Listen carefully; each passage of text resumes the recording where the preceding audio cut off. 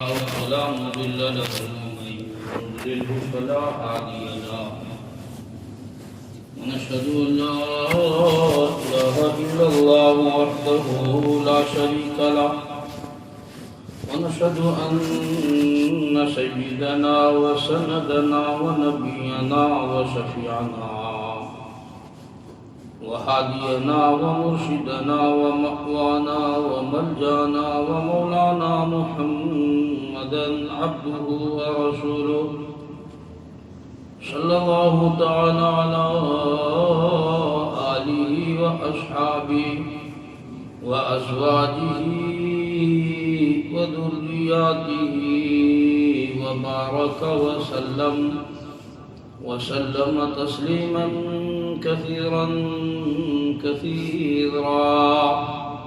أما بعد فأعوذ بالله السميع العليم من الشيطان الرجيم بسم الله الرحمن الرحيم لقد جاءكم رسول من أنفسكم عزيز عليه ما عنتم حريص عليكم بالمؤمنين رؤوف رحيم فإن تولوا فقل حسبي الله لا إله إلا هو عليه توكلت وهو رب العرش العظيم صدق الله مولانا العلي العظيم وبلغنا رسوله النبي الكريم ونحن على ذلك لمن الشاهدين والشاكرين والحمد لله رب العالمين اللهم صل على سيدنا محمد وعلى آل سيدنا محمد وبارك وسلم اللهم صل على سيدنا محمد وعلى آل سيدنا محمد وبارك وسلم اللهم صل على سيدنا محمد وعلى آل سيدنا محمد وبارك وسلم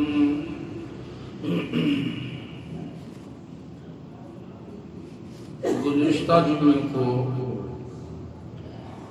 یہ بتلانے کی کوشش کی گئی تھی کہ اپنے حصے کا کام کیے بغیر کسی چیز کی توقع رکھنا یہ انتہائی درجے کی بے وقوفی، حماقت اور جہالت ہے،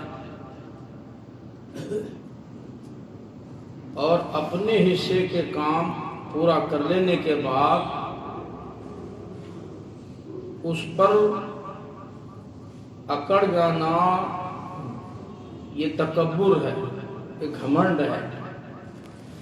ہمیں اللہ تبارک تعالیٰ نے حکم دیا کہ اپنے حصے کے ہم کام کریں، پھر اللہ تبارک تعالیٰ کے اوپر چھوڑ دیں کہ وہ جو فیصلہ کرے گا وہی برحق ہے۔ الیس اللہ بکاف عبدہ، اللہ اپنے بندے کے لیے کافی ہے۔ لیس کمثلہ شیء وہو السمیع البصیر، وہ پروردگار جیسا کوئی اور نہیں ہے، وہ ہمیں دیکھتا بھی ہے، سنتا بھی ہے، علیم ہے، خبیر ہے، وہ ہر چیز سے واقف ہے۔ یہ کام صحابہ کرام نے کیا، اس نقطے کو صحابہ کرام سمجھ گئے تھے کہ ہمارا کام محنت کوشش کرنا ہے، ہم کو جو حکم ملا ہے حکم کی تابعداری کرنا ہے، انجام اللہ کے ہاتھ میں ہے۔ حضرات صحابہ کرام رضوان اللہ تعالی علیہم اجمعین کو اللہ کے نبی صلی اللہ علیہ وسلم نے پریکٹیکل سمجھایا تھا، عمل کر کے دکھایا، بتایا تھا، تو ان کو یقین تھا۔ آج ہم اس نقطہ نظر کو نہ سمجھنے کی وجہ سے افراط و تفریط کے شکار ہیں۔ تو اس عنوان کے تحت بات شروع کی تھی میں نے کہ اللہ نے جو ہمیں ڈیوٹی لگائی ہے وہ ہم 100% کریں.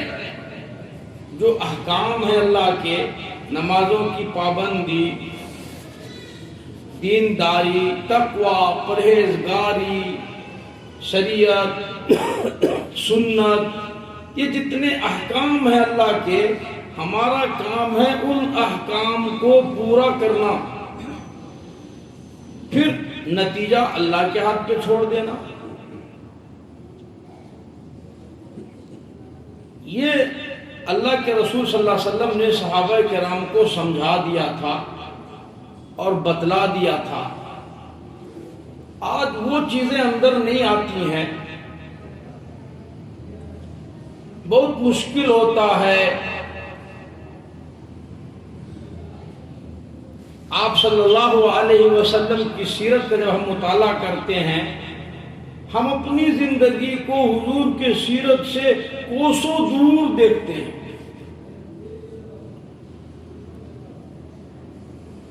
مشکل ضرور ہے، لیکن جو اللہ کے نیک بندے ہوتے ہیں، فرما بردار ہوتے ہیں، ماننے والے ہوتے ہیں، پھر وہ اس پر عمل کر کے دکھا دیتے ہیں، بتلاتے ہیں کہ آج بھی اچھے لوگ ہیں،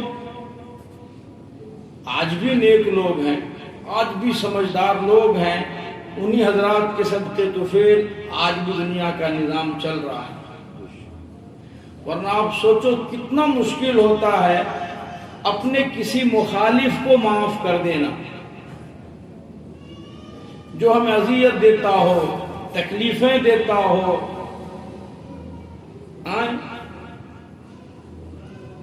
جسمانی تکلیف دیتا ہو، روح کی تکلیف دیتا ہو. کس طریقے سے ہمارے نبی حضرت محمد الرسول اللہ صلی اللہ علیہ وسلم نے معاف کر کے ہمیں دکھایا ہے، بتلایا ہے. آج کتنا مشکل ہے. آپ صلی اللہ علیہ وسلم گزر رہے ہیں کہ کوڑا کرکٹ کا جو ہے ٹوکرا ہی سر پہ ڈال دیا جاتا ہے. آپ صلی اللہ علیہ وسلم جھٹک لیتے ہیں، اپنے سر کو صاف کر لیتے ہیں اور آگے کو نکل جاتے ہیں. جب ایک دن وہ کوڑا کرکٹ نہیں پڑا تو آپ نے معلوم کیا، پتہ چلا تو بوڑھی اماں کی طبیعت خراب ہے. آپ گھر پہنچے، خیریت پوچھی. چھوٹے چھوٹے بچے گھبرا گئے، پتہ نہیں کیا ہوگا. بوڑھی اماں روزانہ کوڑا کرکٹ ڈالتی تھی، آج یہ آ گئے، بدلہ لیں گے، گھر میں کوئی ہے بھی نہیں. خود بوڑھی اماں بھی ڈر گئی. آپ صلی اللہ علیہ وسلم نے کیا اخلاق پیش کیا. اماں، ہمیں معلوم ہوا آپ کی طبیعت ناساز ہے، ہم آپ کی تیمارداری کے لیے آئے. حکم ہو ہم دوائی لا کے دیتے ہیں، پانی لا کے دیتے ہیں، جو خدمت ہو ہم آپ کی خدمت کرتے ہیں. آج امت کے لیے کتنا مشکل ہو گیا یہ. اپنے کسی مخالف کو معاف کرنے کی ہمت اور صلاحیت امت میں ختم ہو گئی ہے. رشتہ داروں کو معاف کرنا آج مشکل ہو گیا، عزیزوں کو معاف کرنا مشکل ہو گیا، بھائی بھائی کو معاف کرنا آج اتنا مشکل ہو گیا ہے. ہم اپنے حصے کے کام کریں نا. اللہ نے جو ذمہ داری دی ہے، جو ڈیوٹی لگائی ہے، اپنے حصے کا ہم کام کر کے تو دیکھیں، پھر رزلٹ اللہ تبارک تعالیٰ عطا فرماتے ہیں. آپ صلی اللہ علیہ وسلم نے پریکٹیکل وہ کر کے دکھایا. بوڑھی اماں رونے لگ گئی اور کہنے لگی پہلے کلمہ پڑھاؤ، ایسا نہ ہو کہ مخالفت کرتی رہوں اور میری موت آ جائے. آپ کے اخلاق کو دیکھ کر بوڑھی اماں نے کلمہ پڑھا. تو یہ نمونہ ہے نا ہمارے سامنے. اور ایسا ایک دو نہیں ہے. اور دیکھو پیغمبر کسی سے ڈر کر کے دب کر زندگی تھوڑا نہیں گزارتا ہے. پیغمبر تو سوائے اللہ کے کسی سے نہیں ڈرتا. آپ کے سمجھ میں بات نہیں آ رہی. مکے کے سارے لوگ مخالف ہیں، اسی لیے سب کا ظلم و ستم آپ برداشت کر رہے ہیں. اسلام کی یہ تعلیم نہیں، اللہ کا حکم ایسا نہیں ہے. یہ تو وہ پیغمبر ہے جس نے ہزاروں کے لیے 313 کو کھڑا کر دیا. ہزاروں مجمع کے لیے 313 تیار ہو گئے تھے بدر میں. یہ تو وہ پیغمبر ہے کہ وہ حد میں 10,000 کا جرنال لشکر ہے، 700 یا 800 آدمی لے کر کے 10,000 کے مقابلے میں چلے گئے. یہ پیغمبر اللہ کے سوا کسی سے نہیں ڈرتا. تو ڈرنے ڈرانے کی بات نہیں ہے، یہ اسلام کا مزاج ہے. مکے کی بوڑھی عورت ہے جو روز حضور صلی اللہ علیہ وسلم کو گالیاں دیتی ہے کہ محمد نے آ کر میرے گھر میں فتنے ڈال دیے. مکے میں کوئی محمد نام کا آیا ہے جو جادوگر ہے، جادو کرتا ہے، میاں بیوی میں نفرت ڈال دیتا ہے، باپ بیٹے میں جدائی ڈال دیتا ہے. بوڑھی اماں پریشان ہو کر مکہ چھوڑ کر کے دیہات میں جانے لگ گئی. گھر کا سارا سامان ٹوکری میں باندھ لیا، ایک لوٹا ہاتھ میں لے کر کے وہ گٹھری اٹھانے کی ہمت نہیں ہو رہی ہے. اس کا بیٹا مسلمان ہو گیا، اس کی بہو مسلمان ہو گئی ہے. بوڑھی اماں کہتی کہ میں اس گھر میں نہیں رہوں گی، میں تو اپنے دین اور ایمان بچانے کے لیے کہیں دوسری جگہ چلی جاؤں گی، میرا ایمان بچ جائے گا. مزدور تلاش کر رہی ہے کہ کوئی مل جائے، یہ گٹھری اٹھا کر کے مجھے میرے منزل مقصود تک پہنچا دے. ادھر سے رحمت دو عالم صلی اللہ علیہ وسلم تشریف لائے. اماں میری کوئی خدمت ہے تو میں آپ کو کوئی خدمت کروں؟ ہاں بیٹا، شکل سے صورت سے بڑا، اس نے دیکھا نہیں تھا کبھی، شکل صورت سے بڑا شریف لگتے ہو، مجھے فلاں بستی جانا، میری مدد کر دو، میری گٹھری اتنی رقم اور اتنی جو ہے آپ کو اجرت میں دے دوں گی. اب وہ بوڑھی اماں جا رہی ہے، پورے راستے گالیاں، برا بھلا اس کا ستیہ ناش ہو. جو عورتوں کے جو الفاظ ہیں اس کو یوں پڑھے وہ پڑھے، گالیاں، بد دعائیں. آپ صلی اللہ علیہ وسلم سب کچھ سن رہے ہیں. ہائے قربان جاؤں آپ کے اخلاق. تو کیا یہ اس امت کے لیے اس کو نبی کا نمونہ نہیں ہے؟ ہمارے لیے نہیں ہے؟ کس کے لیے پھر یہ؟ امام الانبیاء محبوب کبریا حضرت محمد مصطفیٰ صلی اللہ تعالی علیہ وسلم نے سارے راستے اس بڑھیا کی گالیاں سنی، بد دعائیں سنی، برا بھلا سنتے رہے، کبھی روک ٹوک بھی نہیں فرمایا. سمجھ گئے. آپ نے دور سے محمد صلی اللہ علیہ وسلم کو دیکھا، قریب آ کر کے دیکھو، ایک بار مل کر کے دیکھو. بوڑھی اماں آپ کے پاس محمد کا جو پیغام پہنچا ہے، بیوی بال بچوں میں لڑائی لگانے والا وہ نہیں ہے، وہ تو ساری کائنات کے لیے رحمت بن کر کے آیا. کسی نے غلط آپ کو خبر دے دی، اطلاع غلط مل گئی، بھائی بھائی سے وہ لڑا دیتا ہے، باپ بیٹے میں جدائی ڈال دیتا ہے. ایسا نہیں ہے، یہ تو وہ ہے جو ساری کائنات کے لیے رحمت بن کر آیا ہے.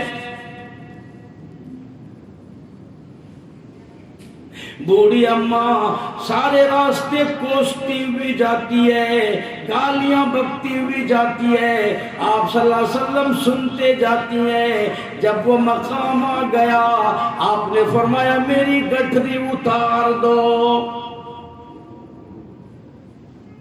میرا منزل آ گیا. آپ صلی اللہ علیہ وسلم نے گٹھری اتار دی. وہ بوڑھی اماں کہنے لگی بیٹا ذرا سنو، یہ تیری اجرت ہے، یہ تیری مزدوری ہے. آپ نے فرمایا نا اماں، بوڑھی اماں سے مزدوری نہیں لیا کرتے، یہ تو میرا فرض بنتا تھا، یہ تو میرا کام بنتا تھا. میں تو آیا ہوں لوگوں کی جو ہے دکھ تکلیف کو دور کرنے کے لیے بوڑھی اماں کہنے لگ گئی شکل سے بھی اچھا معلوم ہوتے ہو، شریف معلوم ہوتے ہو، اور جو ہے عقل سے بھی بڑا نیک لگتے ہو۔ او میرے بیٹے اللہ تجھے سلامت رکھے، اللہ تجھے آباد رکھے۔ جس طرح سے میں اس محمد کے جادو سے بچ کر اپنا ایمان بچا کر کے آئی ہوں، تجھے بھی اللہ اس کے فتنے سے محفوظ رکھے۔ پر یہ تو بتاؤ تیرا نام کیا ہے؟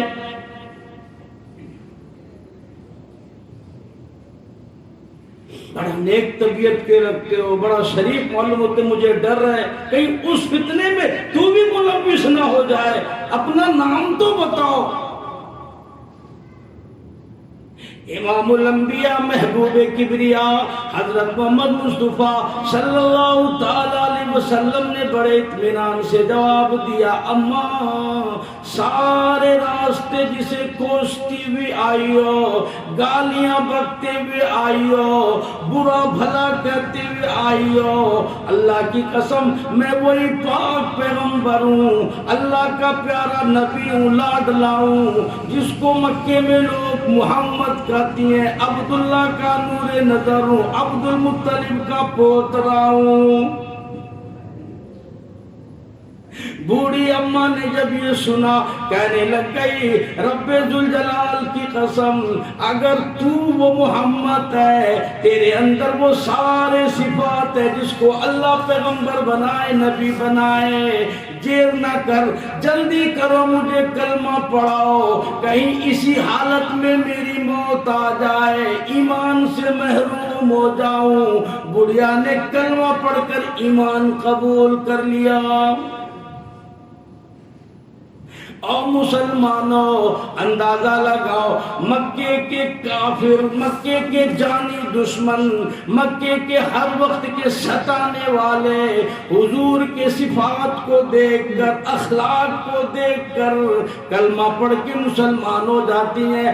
آج مسلمان سارا قرآن پڑھ کر کے مسلمان بننے تیار نہیں۔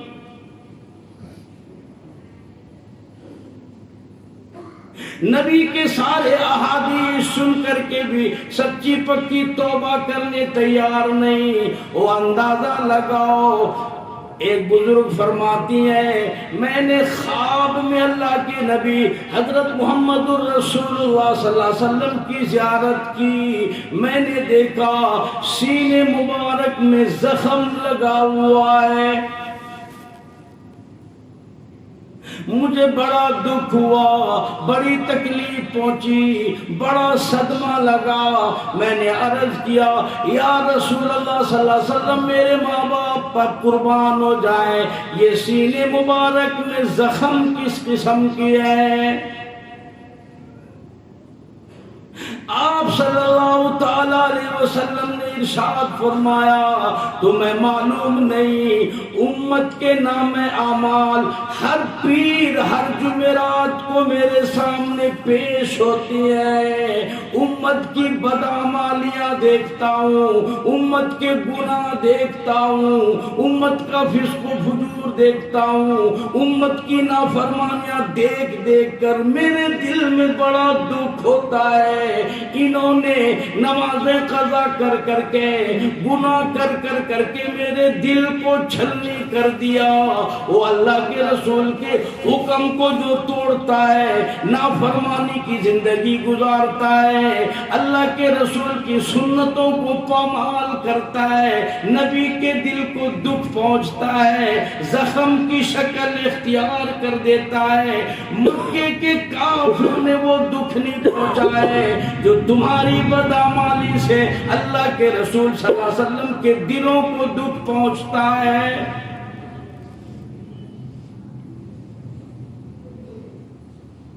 اپنے لوگوں کے بدعمالی سے زیادہ دکھ پہنچتا ہے، بیٹے کی نافرمانی سے باپ کو جتنا دکھ پہنچتا ہے دوسروں کو نہیں پہنچتا۔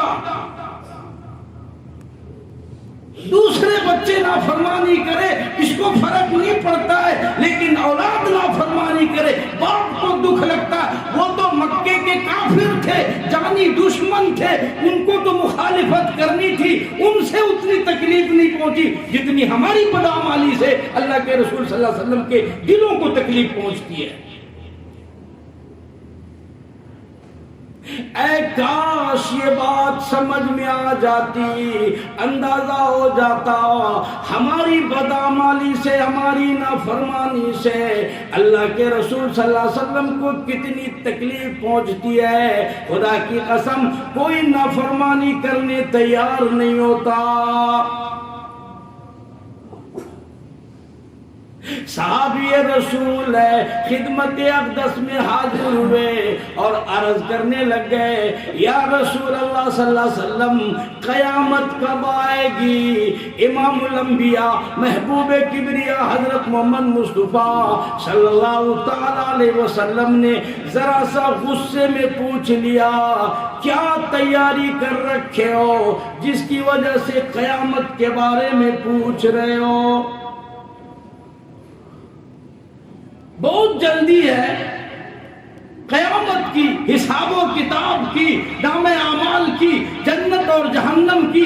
اگر اتنی ہی جلدی ہے نا، بتاؤ نا تیاری کیا کیا قیامت کی، کیا نیکیاں ہیں، کیا کمائے ہو، اور کیا تمہارے پاس حساب و کتاب ہے، اور کیا تمہارے پاس نیکیاں ہیں؟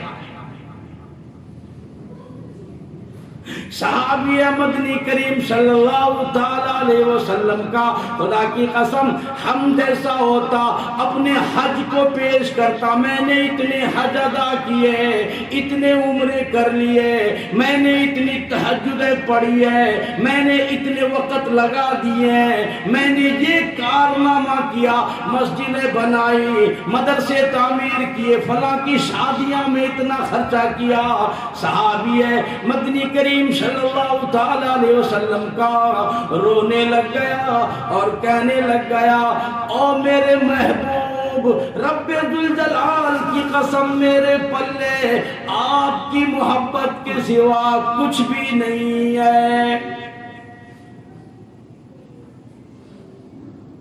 ہے کیا ہمارے پلے؟ نماز کیا، روزہ کیا، حج کیا، زکات کیا؟ اللہ کے محبوب رب کعبہ کی قسم سوائے آپ کے محبت کے اپنے پلے تو کچھ نہیں ہے۔ جھوٹے ہم لوگ، بالکل جھوٹ بولتے ہیں۔ حضور صلی اللہ علیہ وسلم سے محبت، حضور صلی اللہ علیہ وسلم سے محبت، محبت والے لوگ ایسے ہوتے ہیں جو نافرمانی کرتے ہیں، سنتوں کو چھوڑتے، فرائض کو چھوڑتے۔ محبت کرنے والے لوگ نافرمانی نہیں کر سکتے، پھر وہ محبت کیسی؟ علماء نے لکھا محبت کا تعلق اطاعت سے ہے، اطاعت ہے محبت ہے، فرما برداری ہے محبت ہے، فرما برداری نہیں اطاعت نہیں، محبت نہیں، یہ جھوٹی دعوے ہیں۔ یہ صحابہ نے دعویٰ کیا، اللہ کے رسول ہمیں آپ سے محبت ہے، نیکیاں کچھ نہیں ہے، اس پر ہمیں بھروسہ نہیں ہے، نمازوں پر، روزوں پر، حج زکات پر، لیکن اپنی محبت پر ہمیں بھروسہ ہے، آپ کی محبت کے سوا ہمارے پاس کچھ نہیں ہے۔ اس کا یہ مطلب نہیں کہ زندگی میں نافرمانی تھی صحابہ کی، وہ جانتے تھے محبت کا مطلب کہ جب میں یہ دعویٰ کروں گا تو مجھے حضور صلی اللہ علیہ وسلم کی سر کے بالوں سے پیر کے ناخن تک محبت میں اطاعت فرما برداری کا ثبوت دینا پڑے گا۔ میرے سر کے بال سے پیر کے ناخن تک حضور کی سنت میں رنگا ہوا ہے، فرما برداری ہے، نافرمانی کا دور دور تک کوئی شائبہ نہیں۔ یہ جان کر، یہ سمجھ کر، یہ بوجھ کر کے صحابہ نے دعویٰ کیا، اللہ کے رسول مجھے آپ سے محبت ہے۔ امام الانبیاء محبوب کبریا حضرت محمد مصطفیٰ صلی اللہ تعالی علیہ وسلم نے گواہی دے دی اور فرمایا، المرء مع من احبا، جس کو جس سے محبت ہوگی قیامت کے دن اسی کے ساتھ اس کا حشر ہوگا، اسی کے ساتھ اس کا شمار ہوگا۔ تجھے میرے ساتھ محبت ہے، میرے ساتھ تمہارا معاملہ ہوگا، جدھر اللہ کے رسول صلی اللہ علیہ وسلم جائیں گے صحابہ کرام ساتھ ساتھ تشریف لے جائیں گے. صحابہ کو حضور سے محبت تھی. رب ذوالجلال کی قسم تجھے مال سے محبت ہے قارون کے ساتھ جانا پڑے گا. اگر تجھے تجارت سے محبت ہے امیہ بن خلف کے ساتھ جانا پڑے گا. حکومت سے محبت ہے فرعون کے ساتھ تیرا حشر ہوگا.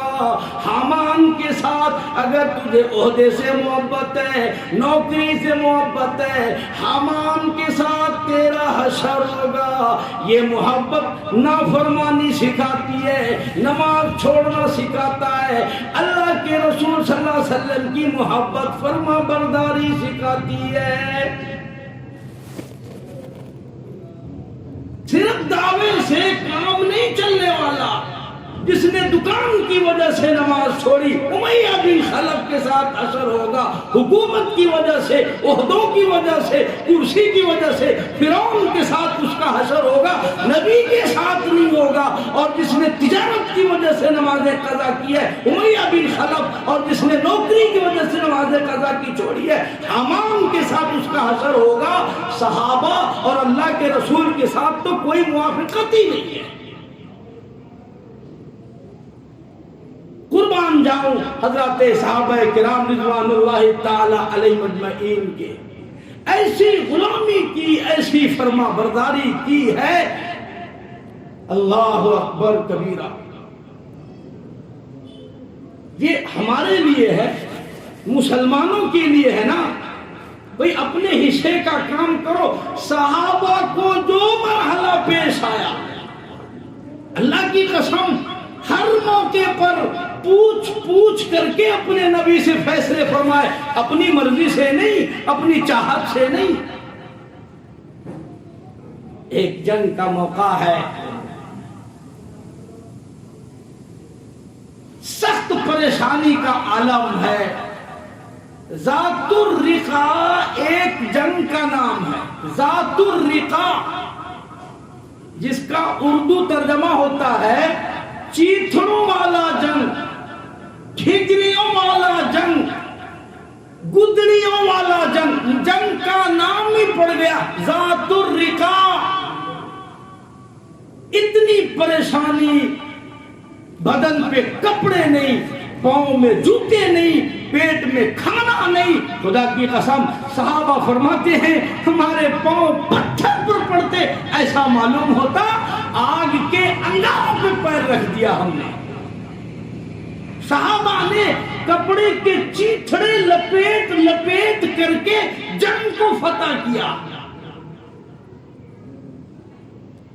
کامیابی حاصل کی. پیٹھ نہیں پھیرا. ان کا بڑا پہلوان بڑا سردار مارا گیا قتل ہوا. چنانچہ ان لوگوں نے درخواست کی کہ بھائی ہمارا یہ پہلوان ہے عزت والا ہے آبرو والا ہے بڑا ہے ہمارا وہ سردار ہے وفادار ہے اس لیے ایک کام کرو اس کی لاش ہمیں دے دو ہم تمہیں اتنی رقم دے دیتے ہیں. جو رقم بھی انہوں نے کہی ہوگی 10,000 20,000 جو اس زمانے میں چلتا تھا. انہوں نے کہا ہم اتنی رقم 10,000 دیتے 20,000 دے دیتے ہمیں ان کی لاش ہمیں دے دو ہم عزت سے لے کے جائیں گے ان کو اپنے وطن لے کے جائیں گے وہاں لوگوں کے سامنے رکھیں گے اور اس کے جو کچھ حقوق ہے ہم ادا کریں گے پھر اس کو دفن کریں گے. وہ لاش آپ ہمیں دے دو آپ جو مانگو ہم دینے تیار ہیں. ان کے پاس پیسے تھے اور ان کے پاس ٹھگریاں تھی چیتھڑے تھے جوتے نہیں پیٹ میں کھانا نہیں بدن میں کپڑا نہیں. یہ چاہتے نا سودا بازی کرتے نہیں صاحب 10 میں کام نہیں چلے گا 20 لاؤ. اگر وہ 20 بولتے یہ کہتے نہیں 20 سے نہیں ہونے والا 40 لاؤ. وہ 40 مانگتے تو بھی دے دیتے. یہ 50 پوچھتے وہ ان کے پاس پیسے نہیں تھے. ان پیسوں سے یہ کپڑے خریدتے ان پیسوں سے یہ جوتے خریدتے ان پیسوں سے جہاد کے سامان خریدتے تلوار خریدتے ان پیسوں سے یہ کھانے پینے کی چیزیں خرید سکتے تھے. صحابہ کرام رضوان اللہ تعالی علیہ اجمعین تنگی میں ہے، پریشانی میں ہے، اتنی تکلیف ہے، اتنا دکھ ہے، سخت ترین دھوپ ہے، پاؤں رکھا نہیں جاتا ہے، پریشانی کا عالم ہے۔ ادھر سے آفر آیا جو مانگو وہ قیمت دے دیا جائے گا، ہمیں وہ لاش واپس کرو۔ مسئلہ امام الانبیاء محبوب کبریا حضرت محمد مصطفیٰ صلی اللہ تعالی علیہ وسلم کی خدمت میں پہنچا۔ وہ لوگ لاش کا مطالبہ کرتے ہیں، جو قیمت مانگی جائے وہ دینے تیار ہے۔ صحابہ کرام غریب ہیں، مسکین ہیں، محتاج ہے، ضرورت مند ہے، کپڑے آ جائیں گے، جوتے آ جائیں گے، کھانے پینے کا سامان آ جائے گا، ہتھیار آ جائیں گے، تلوار گھوڑے اونٹ خرید لیے جائیں گے۔ آپ صلی اللہ علیہ وسلم نے فرمایا نانا جاؤ ان کو کہہ دو اپنی لاش یوں ہی لے کر چلے جاؤ، ہم مردوں کی قیمت کھانے والے لوگ نہیں ہیں۔ مردوں کی قیمت ہم نہیں کھا سکتے، مردوں کی سودے بازی ہم سے نہیں ہوتی ہے، ہم مردے کی قیمت کھانے والے لوگ نہیں ہیں، تم یوں ہی مفت میں اس کو لے جاؤ، ہم اس سے پیسے نہیں کماتے، ہم اس سے سودے بازی نہیں کرتے۔ اے کاش امت کو پتا چلے کہ حضور نے فرمایا ہم مردوں کی قیمت کھانے والے لوگ تو نہیں ہیں، لیکن پتا نہیں تھا 1400 سال کے بعد، مردے تو دور کی بات 40 سال تک اس مردے کا پیچھا نہیں چھوڑے گی میری امت۔ کبھی تیجا، کبھی فاتحہ، کبھی چیلم اور کبھی برسی، 40 برس تک اس کا پیچھا میری امت نہیں چھوڑے گی، اس مردے کی نام کی کمائی کھائے گی۔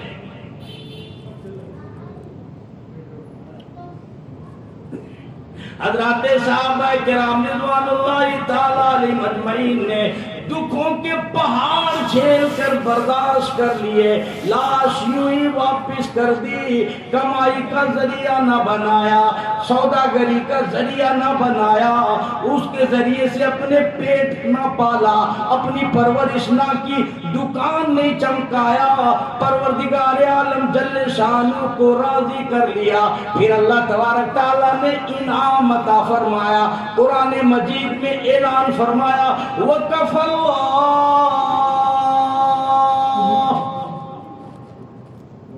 جو اللہ کو راضی کر لیتا ہے، اللہ کی فرما برداری کرتا ہے، اپنے حصے کا کام پورا کر لیتا ہے، پھر اللہ کی ذمہ داری ہوتی ہے، اللہ انتظام فرما دیتی ہے، اللہ تبارک تعالیٰ انعام عطا فرما دیتی ہے، اللہ دین دنیا کی سرخ روئی عطا فرماتی ہے۔ چنانچہ اللہ پاک کی طرف سے اعلان ہوا اور فرمایا وَكَفَى اللَّهُ الْمُؤْمِنِينَ الْقِتَالَ، اور لوگوں بڑی قربانیاں دے دی، بڑے جذبے دکھائے، اللہ اور اس کے رسول کو راضی کر لیا، جاؤ جاؤ آرام کرو، تمہارے حصے کا کام میں پروردگار کروں گا، اب یہاں سے میرا اور ان کا مقابلہ ہوگا۔ وَكَفَى اللَّهُ الْمُؤْمِنِينَ الْقِتَالَ، اللہ مومنوں کے بدلے قتال کرے گا، جنگ لڑے گا، اب کسی قسم کی دکھ اور پریشانی نہیں ہونے دوں گا۔ فرما برداری کر کے دیکھو نا، اپنے حصے کا کام کر کے دیکھو، اللہ کو راضی کر کے دیکھو، خدا کی قسم اللہ رسوا نہیں کرتا، ان اللہ لا یضیع اجر المحسنین، کسی کے بھی اللہ تبارک تعالیٰ نیکی کو ضائع نہیں ہونے دیتا، نیکی کو برباد نہیں ہونے دیتا، شرط یہ ہے ہم برباد نہ کریں نا ہاتھ سے، ہم اپنے اعمال سے، کردار سے اپنی نیکیوں کو سنبھال کر کے رکھیں، اللہ کے حضور پیش تو کریں کم سے کم۔ یہ خوبی تھی حضرات صحابہ کرام رضوان اللہ تعالی علیہم اجمعین کی، اپنے حصے کا کام صحابہ 100% ادا کرتے، پھر اللہ تبارک تعالیٰ سے مدد مانگتے، بر وقت مدد آتی تھی، بر وقت فیصلے اترتے، صحابہ اپنی آنکھوں سے دیکھتے تھے، وہ فیصلے اور وہ برکات، وہ معجزات، اس واقعے کے بعد پھر وہ حضرت جابر رضی اللہ تعالیٰ عنہ والا واقعہ تھا۔ 1400 صحابہ کا مجمع تھا، ایک صحابی آئے اور آ کر کے انہوں نے اپنا کرتا اٹھایا، یا رسول اللہ بڑی بھوک ہے، پیٹ پہ پتھر باندھے ہوئے ہیں۔ رحمت دو عالم صلی اللہ علیہ وسلم نے اپنا جبہ اٹھایا تو دیکھا آپ صلی اللہ علیہ وسلم کے پیٹ پہ 2 پتھر ہیں۔ حضرت جابر رضی اللہ تعالیٰ عنہ دیکھ رہے تھے۔ اللہ اکبر، کیا دکھ تھے صحابہ کرام کو کہ حضور کے پیٹ پہ 2 پتھر، صحابی کے پیٹ پہ 1 پتھر کھڑا نہیں ہوا جا رہا۔ حضرت جابر رضی اللہ عنہ دوڑے دوڑے گھر کو گئے اور جا کے بیوی سے کہا کہ حضور کے پیٹ پہ 2 پتھر، کئی دن کے بھوکے، کچھ ہے تو انتظام کرو۔ بیوی کہہ لگی ہاں تھوڑا 1 آدھ سیر جو ہے اور 1 بکری کا بچہ ہے، 2-4 آدمیوں کے لیے ہو جائے گا، آپ جاؤ۔ وہ جو بھوکے ہیں بہت زیادہ، 2-4 کو دعوت بول کر کے آ گئے۔ حضرت جابر رضی اللہ عنہ دوڑے دوڑے گئے، کان میں کہا یا رسول اللہ صلی اللہ علیہ وسلم ہمارے گھر میں آپ کی دعوت ہے، تھوڑا سا جو ہے اور 1 بکری کا بچہ ہے، 1 آپ کی دعوت اور یہ صحابی کی جس کے پیٹ پہ پتھر بندھے ہوئے، یا اسی طریقے سے اور 1-2 یعنی 2-4 آدمیوں کی آپ کے لیے دعوت ہے، آپ آ جائیے، ہم انتظام۔ اللہ، آپ صلی اللہ علیہ وسلم کھڑے ہوئے پتھر پر اور اعلان فرمایا کہ بھائی سارے لوگوں کی، حضرت جابر کی یہاں سارے لوگوں کی دعوت ہے۔ علماء نے لکھا تقریباً 1200 یا 1400 صحابہ کرام کا مجمع تھا، جنگ میں 12 یا 1400 کا مجمع تھا۔ آپ نے فرمایا جابر کی یہاں سب کی دعوت ہے۔ حضرت جابر رضی اللہ عنہ دوڑے دوڑے گھر واپس آیا اور آ کر بیوی کا لگا معاملہ تو خراب ہوگا۔ کیا ہوا؟ ہم نے تو حضور کے کان میں کہا کہ آپ یا 2-4 آدمی جو اس قسم کے بھوکے ہیں ان کی دعوت ہے، آپ نے تو سارے مجمع کو دعوت دے دی، اب کہ ہم کیا کریں؟ بیوی سمجھدار تھی، کہنے لگ گئی آپ نے اپنے حصے کا کام کر دیا، آپ نے بتلایا کہ صرف اتنے آدمیوں کا انتظام ہے، کیا آپ نے ان سے یہ بات کہی تھی؟ حضرت جابر کہنے لگا میں نے سارا بتا دیا، 1 چھوٹی سی بکری ہے اور 4-5 آدمیوں کے کھانے کا انتظام ہے۔ حضرت جابر کی بیوی سمجھدار کہنے لگ گئی ہم نے اپنے حصے کا کام کر دیا، ہم نے حضور کو سنا دیا، حضور نے سارے مجمع کی دعوت کر دی، دعوت دینے والا جانے کھانے والے جانے، ہمیں کیا پریشانی، ہمیں کیا تکلیف ہے، ہم نے تو سنا دیا، ہم نے اپنے حصے کا کام کر دیا، وہ جانے، دعوت دینے والا کھانے والا، ہمیں کیوں پریشان ہونے کی ضرورت ہے، آپ کیوں پریشان ہو؟ اللہ اکبر۔ حضور نے حضرت جابر کو فرمایا دیکھو میں جب تک نہ جاؤں تمہیں ہانڈی کھولنا نہیں اور روٹی بنانا شروع نہیں کرنا، ہم وہاں آ جائیں گے اس کے بعد ہی وہ کھولا جائے گا۔ آپ صلی اللہ علیہ وسلم آئے، تشریف لائے، آپ نے ہانڈی میں اپنا لعاب مبارک ڈالا اور اس کے بعد حضرت جابر کی بیویوں کا روٹی پکاتی جاؤ، کھلاتی جاؤ، 4-4 آدمی آتے جاؤ، کھاتے جاؤ، جاتے جاؤ۔ 1400 صحابہ کا مجمع نے 1-2 سیر جو کی جو ہے آٹے تھے، 1400 صحابہ کرام نے کھایا اور وہ 1 پتیلی میں تھوڑا سالن تھا۔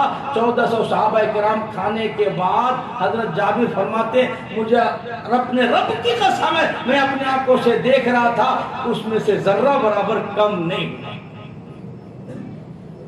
معجزات تھے میرے رسول صلی اللہ علیہ وسلم کی، اس لیے کہ انہوں نے اپنے حصے کا کام کیا تھا تو اللہ کی مدد آنی ہی تھی۔ آج ہم اپنے حصے کا کام نہیں کرتے، ہم فوراً ہاتھ اٹھا دیتے اللہ ہم برباد ہو گئے، ہلاک ہو گئے، ہمارے دکانیں بند ہو گئی، کارخانے بند ہو گئے، نوکریاں ختم ہو گئی، لاک ڈاؤن ہو گیا، اللہ ہم پریشان ہیں آپ مدد کیجئے۔ اپنے حصے کا کام ہم نہیں کریں گے، ہم تو نماز نہیں پڑھیں گے، ہم تو روزہ نہیں رکھیں گے، ہم تو حج نہیں کریں گے اور دین پر عمل نہیں کریں گے، مدد آپ کو کرنی ہے۔ یہ مزاج ہے ہمارا، یہ مزاج بنا امت کا، دکھ اور پریشانی آ جائے لیکن وہ اللہ کی طرف رجوع کرنے کے لیے قطعاً تیار نہیں۔ ہمارے حضرت فرماتے ہیں کہ ہمارے پڑوس میں ایک صاحب کا انتقال ہو گیا، ایک صاحب کا کسی کا انتقال ہوا تو بازو سامنے گھر والا جو پڑوس تھا انہوں نے اپنے بچے کو خبردار کیا، دیکھو سامنے تمہارے انکل کا انتقال ہو گیا، ان کو بڑا صدمہ ہے، بڑا دکھ ہے، بچے یتیم ہو گئے، ان کی گھر والی بیوہ ہو گئی ہے، کوئی اور نہیں ہے، ان کے گھر میں بڑا صدمہ ہے، بڑا دکھ ہے، بڑی تکلیف ہے۔ دیکھو آج سے برابر ٹھیک 40 دن تک اپنے گھر میں ٹی وی ویسیار گانے بجانے عام نہیں کرنا، ان کو بڑا دکھ پہنچے گا۔ دیکھو ہمارے گھر میں ماتم ہے اور انہوں ناچ رہے گا رہے کھا رہے، دکھ پہنچے گا، ان کو تکلیف ہوگی، پڑوسی ہے، ان کا حق بنتا ہے ان کے دکھ درد میں ہم شریک ہوں، اس کے غم میں ان کے بچے کی دلجوئی کریں، ان کے گھر والے کی دلجوئی کریں، کھانا پکا پکا کے ان کے گھر کو بھیجو، ان کے دلوں کو نہ دکھاؤ، تکلیف نہ پہنچاؤ۔ حضرت فرماتے ہیں کہ ان صاحب نے اپنے بچے کو تاکید کی، نہیں آن کرنا، نہیں بجانا گانا بجانا زور سے، تو کہا کہ ہمارے گھر میں تو گانا بجانا بند ہو گیا، ٹی وی میں لاک پڑ گئے، سب کچھ ہو گیا، 3 دن کے بعد جس گھر میں مردہ ہوا تھا اسی گھر سے زور زور سے گانے کی آواز آ رہی تھی۔ یہ ہے امت کا حق۔ ہم تو کہہ رہے ہیں کہ بھائی دکھ درد ہے، ان کے دکھ درد کو مل بانٹ کر کے جھیلیں گے، اور 3 دن کے بعد ادھر ہی شروع ہو گیا گانا بجانا۔ اللہ امت کے حال پر رحم فرمائے، اللہ کرم فرمائے، سچی پکی توبہ نصیب فرمائے، اللہ ہم تمام کو کہنے سے سننے سے زیادہ اللہ عمل کی توفیق عطا فرمائے۔ وآخر دعوانا الحمدللہ رب العالمین۔